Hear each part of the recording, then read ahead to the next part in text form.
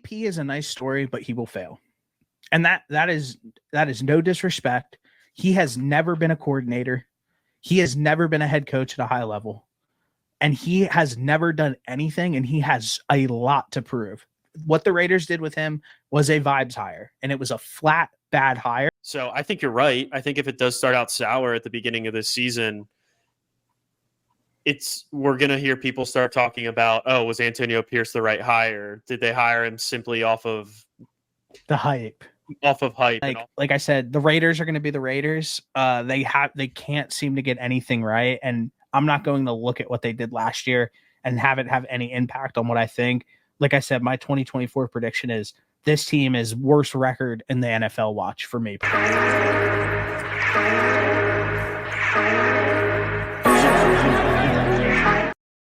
All right, good to be back.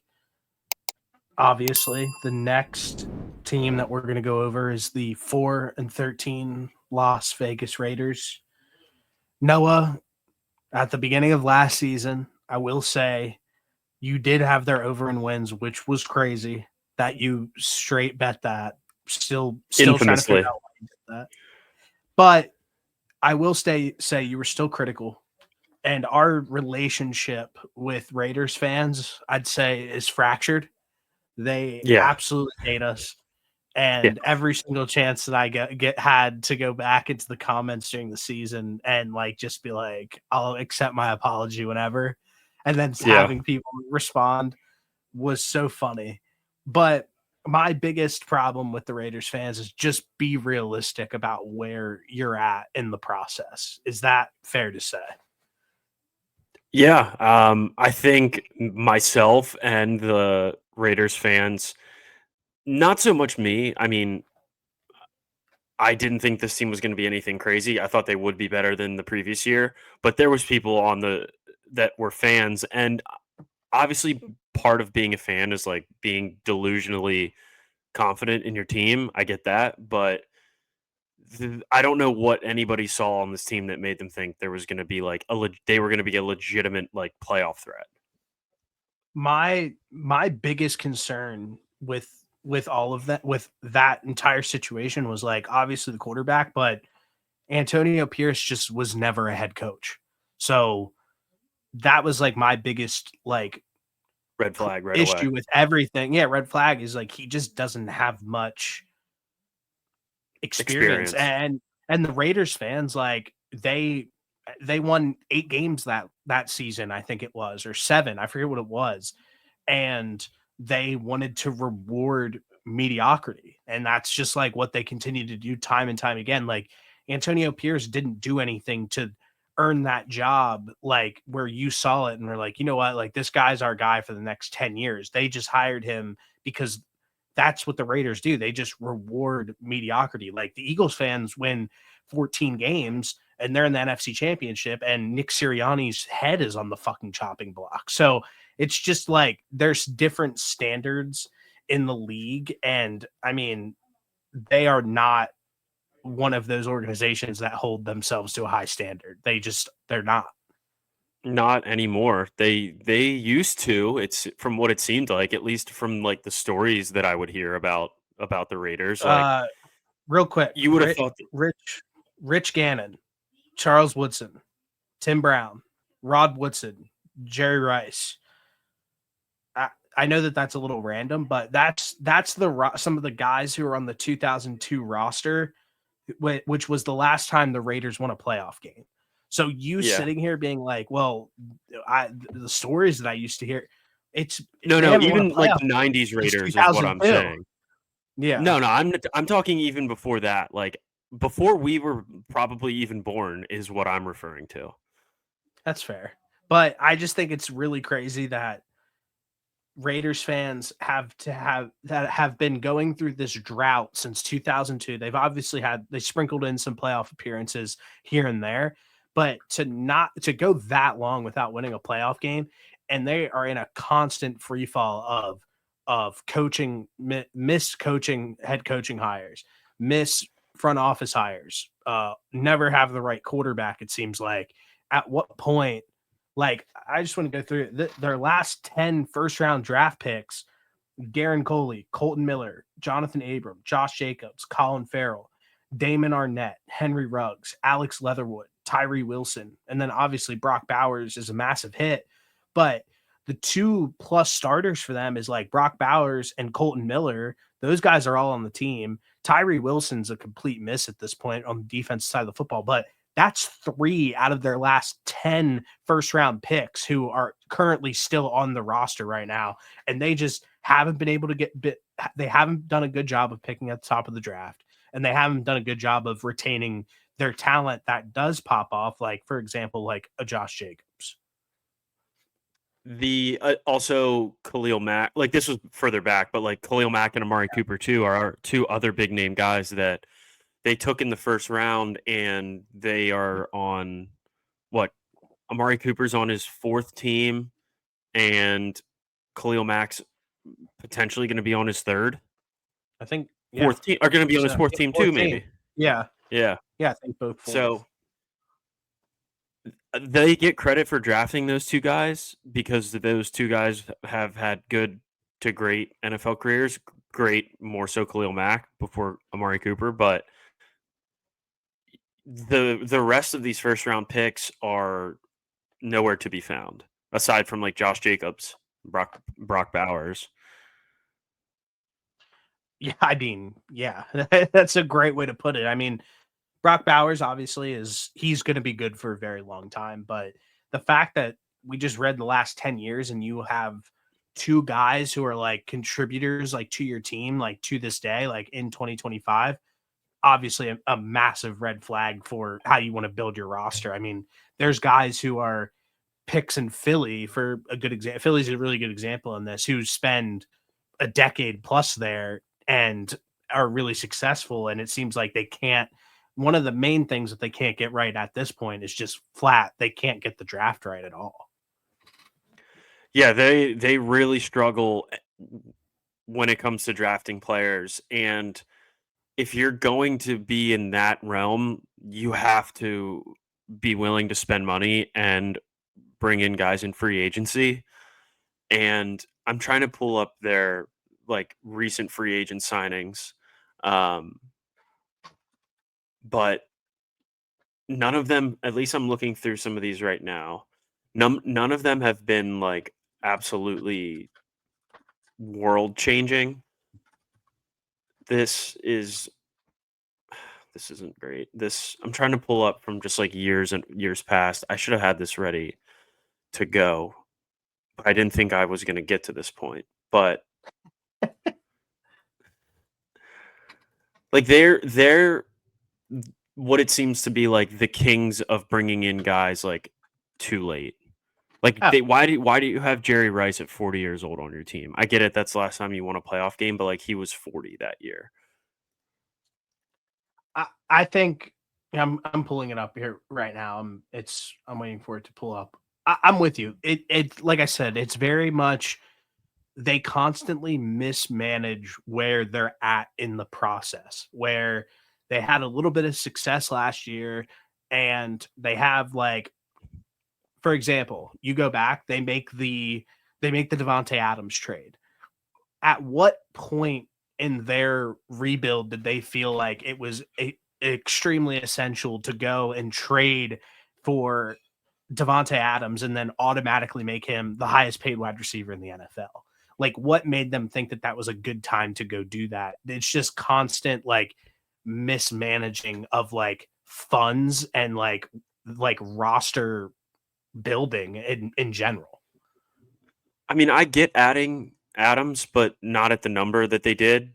Because like he's friends with your starting quarterback. And I think like continuity and chemistry are important, but there's a price for both of those things. And I don't think it was the number at which they paid for it. And they moved on from their quarterback. They moved on from Derek Carr anyways, shortly after bringing in Devontae Adams. So like they ended up getting stuck with a 29-year-old, 30-year-old Devontae Adams and like nobody to throw him the football. No, literally nobody throwing football. I'll obviously give them like Christian Wilkins is a good piece to add like for the defensive line, but like like you look at what they added last year. Alexander Madison, he stinks. Gardner Minshew, he stinks. Christian Wilkins, like he's a good D tackle, but he's entering his 30s. And then they jumped out early today actually and grabbed Alex Capo to like help build up that offensive line. I'll never discredit somebody like trying on a lineman who's been successful, but he's also a veteran guard who's been in the league forever. Yeah, he's definitely like past the age of where you would want to bring in a guy like that. I'm sure it's probably better than what they have at this point, but I don't know. Like I haven't really felt good about an offensive lineman in the coming from the Bengals like ever. Yeah, they all But stink for some reason. that's just me. Hopefully that move works out for the Raiders, but again, this just goes back to bringing a guy in beyond the year of which they really realistically should have brought him in. And I get it. Like you can't there's limitations in years past and stuff that they probably had to work through monetarily, but like Capo is a guy that you should have brought in like 2 to 3 years ago. Yeah, I mean, if you could have, if not, like it is Yeah. what it is. Yeah. You might as well. Now, obviously, it seems like I don't know. My first question to you is like, how much does it really matter that Tom Brady is running the show in Las Vegas? It seems like all of the reports has led that way. As of right now, like the first big thing that he tried to do was the Matt Stafford piece of this, where the report came out that they were both in Wyoming at the same time, like together, like hanging out, whatever it is, what it is. Like he was like at his house, and then he gets back and he signs with the Rams. So that is like my first memory of like the Tom Brady era in Las Vegas is like whiffing on Matthew Stafford. Yeah, I mean, of course. Well, yeah, that's the first thing, obviously, that's coming to mind with Tom Brady's situation. I don't think it looks as bad, though. I mean, they offered, from what rumors and reports I saw, like their offer to him was extremely competitive. But can you blame a guy for not wanting to leave that offensive situation in Los Angeles with a coach that he's familiar with, one of the best wide receivers in the NFL in Puka Nacua? They were a drive away basically from playing in an NFC championship. Like, if you're going to get similar money from a place where you just had a lot of success at, like, what sense does it I'm make with to you. leave? I'm completely with you. I'm just saying, like, if you really I d wanted that guy that bad, like dish out the extra 10 mil or whatever it is, like, and go True. get him. They clear, True, but but they they have other literally, things they need to address that spending, and I understand, and we both agree on this, quarterback's likely the most important position on the field, but, like, yeah, all of the other positions that the Raiders have, or they have a lot of other positions that they need to address correct. from a talent standpoint. But Does spending $50 million make but sense?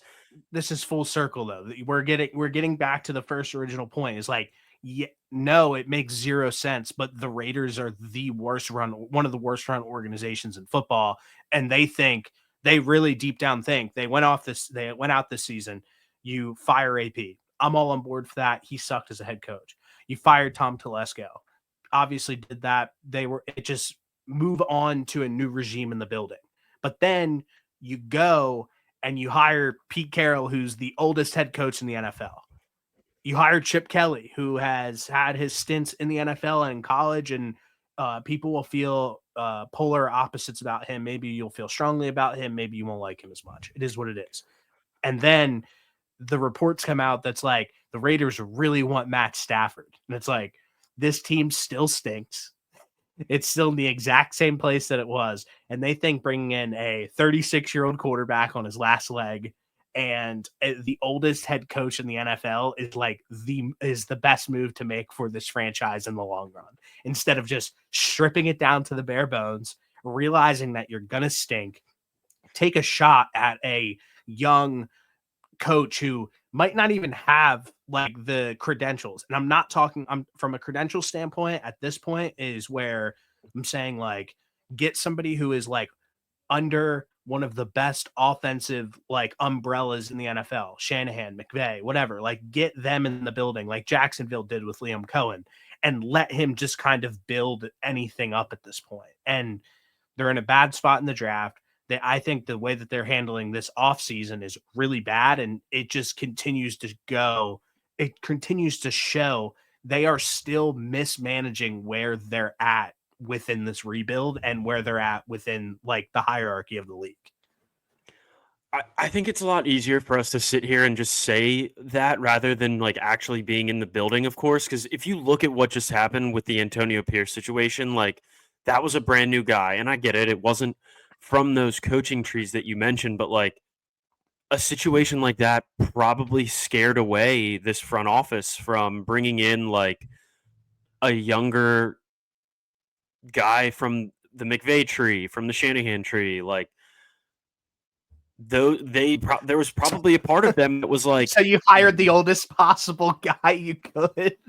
the oldest possible guy that is a proven track record of NFL success is what is more so like what I'm getting at. Like they found a guy in Pete Carroll that, regardless of how long he's going to end up coaching for in the NFL on this for the Raiders, he has proven that he can win football games, and none of these other guys have. And they just went from a season where they brought in a brand new guy with no head coaching experience, and it was horrible.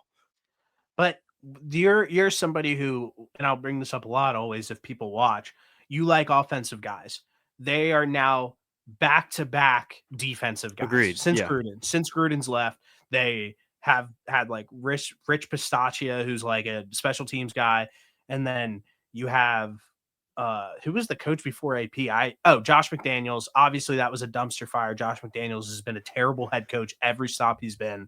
Then you hire AP, who's a defensive guy. Then you hire Pete Carroll, who's a defensive guy who, towards his end of his tenure with the Seattle Seahawks, has lost his fastball at developing defenses, at throwing out like a top 10 defense every single year. I think so, because it started to slip the last 3 years while he was in Seattle, when you didn't look at the defenses and say, wow, those defenses are getting, he's getting a lot out of those defenses. They were mid to bottom half of the league. So if you're getting somebody who, obviously he's had a lot of success, but like I said, he's 74 years old, oldest head coach in the book. And my last recent memory of him is what he is the best at started to slip. So that's really my memory of Pete Carroll right now at this juncture in his career. I mean, I will not sit here and say that I like the hire any day of the week. I'm just trying to like put my mind in the situation of the Raiders front office. So what do you think of the Chip Kelly hire at OC and the Pete Carroll hire at head coach?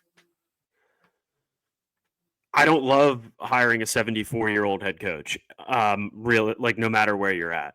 I agree with everything that you said, that the last few years of him coaching the Seahawks, it started to seem like he was losing it, which I think is a totally fair like piece to mention. Chip Kelly had some success in the NFL, was good as an OC at Ohio State this past season, but I think he probably had like the second easiest coaching job in college football, like besides Ryan Day. And we don't talk about college football a ton, but I think Ryan Day probably had the easiest head coaching job in college football last year. And then right behind him was his offensive coordinator, Chip Kelly. Like they had a $22 million roster, and the best player in college football on the offensive side of the ball, two NFL draft picks at running back.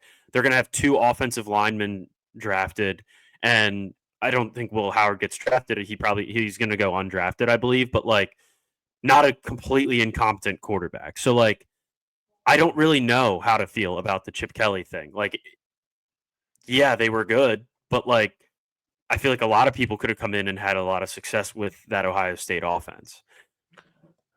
I think, and there's not really any, like, besides Brock Bowers, this offense is pretty bare. Oh, extremely bare. I think one thing real quick, and then we'll get back to the offense in general. Obviously, the offense is bare. They suck. they don't have a running back. Who's their two running backs? Alexander Madison and Zamir White. They both stink. They obviously got rid of Tay Adams. They have Jacoby Myers, who I really like, but I mean, like, he's not a one. And then you have Brock Bowers, who's a dog, but like you said, like that offense sucks. And then for the free agents this upcoming season, Trevor Mooring, the safety, he's probably, as the free agency market rolls out, he's going to be the best name on the free agency market. If you don't know about him, do some research about him. He's going to get a big bag. There's going to be a lot of teams that try to go get him, and I feel like he's under discussed right now with everything going on. Then they lose Robert Spillane, who's like a decent linebacker for them, Devon Diablo, and that's pretty much it. So they're keeping majority of this roster, but this roster isn't that great. And so, but what I wanted to say was, I think that the only way that we can judge this roster and these coaching hires is what they do in this draft. If they go and obviously they could potentially get Sam Darnold. The Vikings didn't franchise tag him. He's going to be a free agent. It is what it is. They go and grab him, and we can judge it from there. Or if they go and take a swing up to the first overall pick, try to get a quarterback there, or if somebody falls them where they're at, what do you think about that assessment from if whatever quarterback comes into the building for them, then we can start to judge what the coaching staff could be. Because if the offense looks decent, then we can say, obviously, that the Chip Kelly hire was a great hire. On the defensive side of the ball, I'm not expecting much out of this defense, honestly. This defense needs to go. They obviously have Max Crosby, but their secondary is probably one of the worst in the NFL. So I don't know what I'm expecting Pete Carroll to get out of this defense. Yeah. So offensively, I think that's fair that we kind of have to wait and see what it really looks like, because I don't, based off of them bringing in Pete Carroll, I don't know why I have this feeling, but it makes more sense to me that they would go out and sign a quarterback rather than drafting a guy. My reasoning is, unless you kind of think that Chip Kelly is going to be like the next head coach of your team, you could be searching for a new head coach in like 3 years, and and when you have a starting quarterback, like, obviously I think the offensive coordinator is pretty important, but having to replace a head coach with a quarterback in his third season, like, not really that ideal of a scenario. So that's kind of why I'm leaning towards them potentially being the Sam Darnold team. Maybe Rodgers could be the team that maybe Rodgers could go there. Don't love that move like either, but like, bro, if they get Rodgers, the Raiders need to burn down Allegiant Stadium. Agreed. I agree. And that's a great looking stadium too, so that would suck. But like, them bringing in a coach that old doesn't make me think that they're going to draft a quarterback. Yeah. I know there's the connection between Shedeur and Tom Brady, and we've talked about that, but like, I don't know.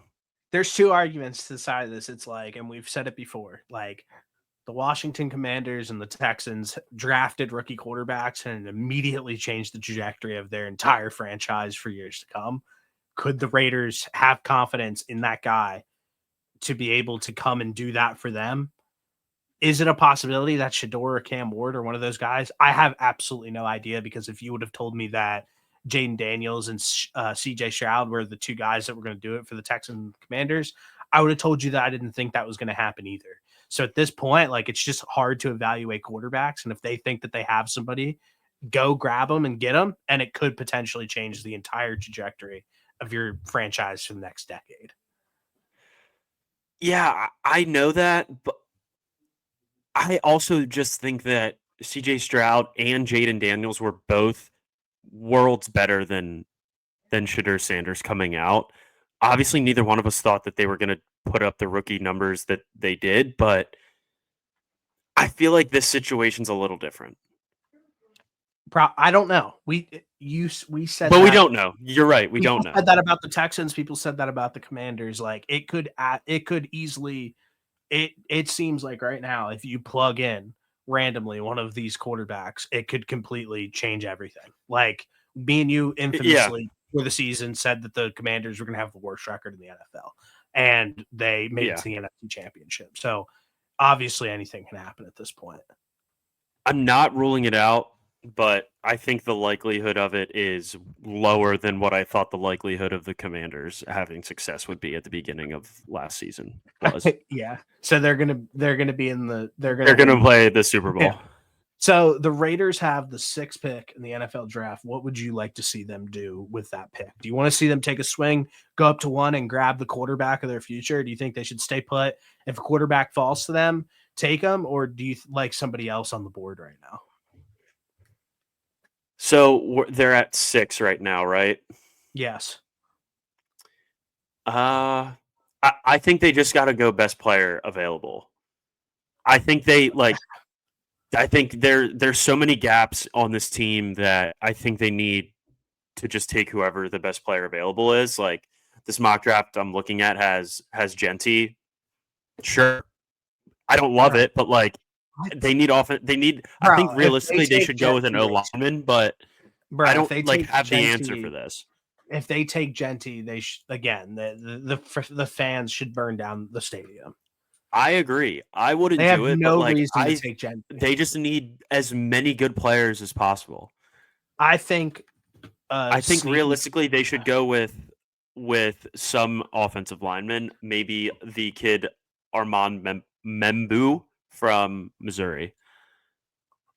I've I think not he's seen going to him be a go. better offensive tackle than Will Campbell. I will say that is confirmed a hot take. I haven't I seen know. one mock where he's in the top 10. This My one I'm looking personal at right now has him at 10 to the Bears. if you are taking best available on the board and how me and you have talked about this draft playing out right now at this case, I think Will Johnson from Michigan is best player available on the board, cornerback from Michigan. Is grabbing the best corner in this draft. You have one of the worst secondaries in the NFL. Grabbing the best corner available. You think he's going to be really good? I think he's probably going to be pretty good too. That is the best player on the board at this place, at this spot, because you're not going to get you're not going to get Will Campbell. You're not going to get Cam No. Ward. You're not going to get Travis Hunter, and you're not going to get Abdul Carter probably. So you miss out on those guys. I think he's the most sure thing at corner this offseason. I mean, I Mason think there's Graham. probably some validity to that. I think Mason I could see It makes Mason no Graham sense. Makes no sense. going ahead of him. Yeah, I agree. They don't need a defensive tackle. Yeah, I they think don't they need. legitimately should try and figure out this offensive line. Yeah, I actually don't hate their off. I don't hate Colton Miller. Like he's like decent, and they went and got Kappa today. So maybe they think building up the offensive That's line enough. through. I don't know if it's enough per se, but I think that you can fill in the gaps. Like they have a left tackle. Like they don't need a left tackle. Colton Miller's actually a good left. That if you want to, I'll sit here and knock the Raiders literally all day long. Like Colton Miller's a decent left tackle.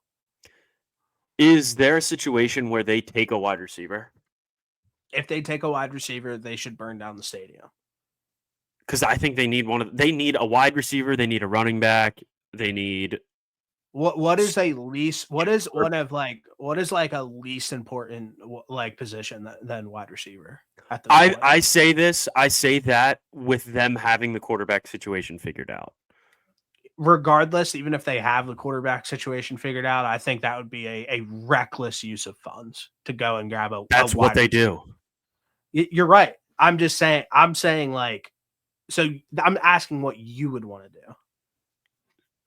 I'm always like, it really feels like teams that are drafting this high in the draft, you either likely need a quarterback, some type of edge, or an offensive lineman. And I don't think they're going to take a quarterback. I like their defensive line, so that just leaves me with offensive line. Yeah. That's that's where I'm at. Yeah, that's the safe bet. And you said I'm going with your pick on best player available, and I think Will Johnson is best player available. Raiders fans, you guys, no matter what, you guys are completely fucked. So no matter who you take in this draft, your team's going to be one of the worst in the NFL. So don't sit here and come into the fucking comments if you guys signed Sam Darnold and draft Will Howard and sing that you guys are going to go to the Super Bowl. You're not going to be better than the Chiefs. You're not going to be They're better going to than be the fourth best they're team not in going to that be better division. than the Broncos. You're not going to be better than the Chargers. So sit the fuck back for the next 5 years and just take in the rebuild and watch Pete Carroll coach until he's 85 because you guys are fucked. You better hope that Tom Brady is the best owner of all time. You better hope Tom Brady somehow plays quarterback for you. Do you have anything else that you want to add about the Las Vegas Raiders before we move on? I'm seeing some things about Max Crosby wanting Aaron Rodgers in the building. Again, take that with a grain of salt. Max Crosby is 5 cents short of a nickel officially. That guy is lost. He stomped his feet to get AP hired. That is one of the worst head coaching hires in the NFL history. He goes on every single podcast in the offseason talking about how, I don't know, I might want to go play for Detroit. I want to do this. I want to be in a winning situation. And then goes and re-ups today to become the highest non-paid, non-paid highest quarter. I can't even fucking talk. The highest paid non-quarterback. Thank you. In the NFL. Max Crosby has no clue how to build an NFL roster. That guy doesn't even know what he wants personally in his life. I don't care if he wants Aaron Rodgers in the building. He whatever he says, they should be like, go sit down and talk on your podcast. We do not want any interjections from you about what we're going to do this offseason. I don't care who you are. Where does he rank now on your list of favorite players? Because I know last year he was very high up there. I like him still. I mean, I like the way he plays. I just think he talks entirely too much. Very fair. The way that he acts is he's like LeBron James, and he's like Gilbert Arenas. He's great, but he acts like he's that guy, and he's just not that guy. He's pretty good. He's good. He's really good, but guess who?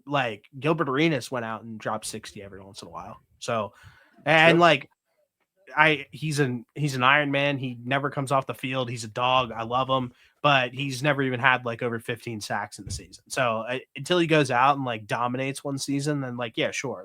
You're on the field 98% of the time. Listen, I don't want to turn this into taking shots at Max Crosby because I actually like the guy. So you just took a good amount of them at him. But you just got me fired up. I wanted to see what your thoughts were on him saying that. That's exactly how I expected you to respond. Do you have anything else that you'd like to add? If you want Aaron Rodgers, go ahead and take him. You guys are gonna fucking suck next year. It's gonna be ugly. Get Tay and Aaron Rodgers in the building for the love of God, and you guys they're gonna stink. White clouds blowing out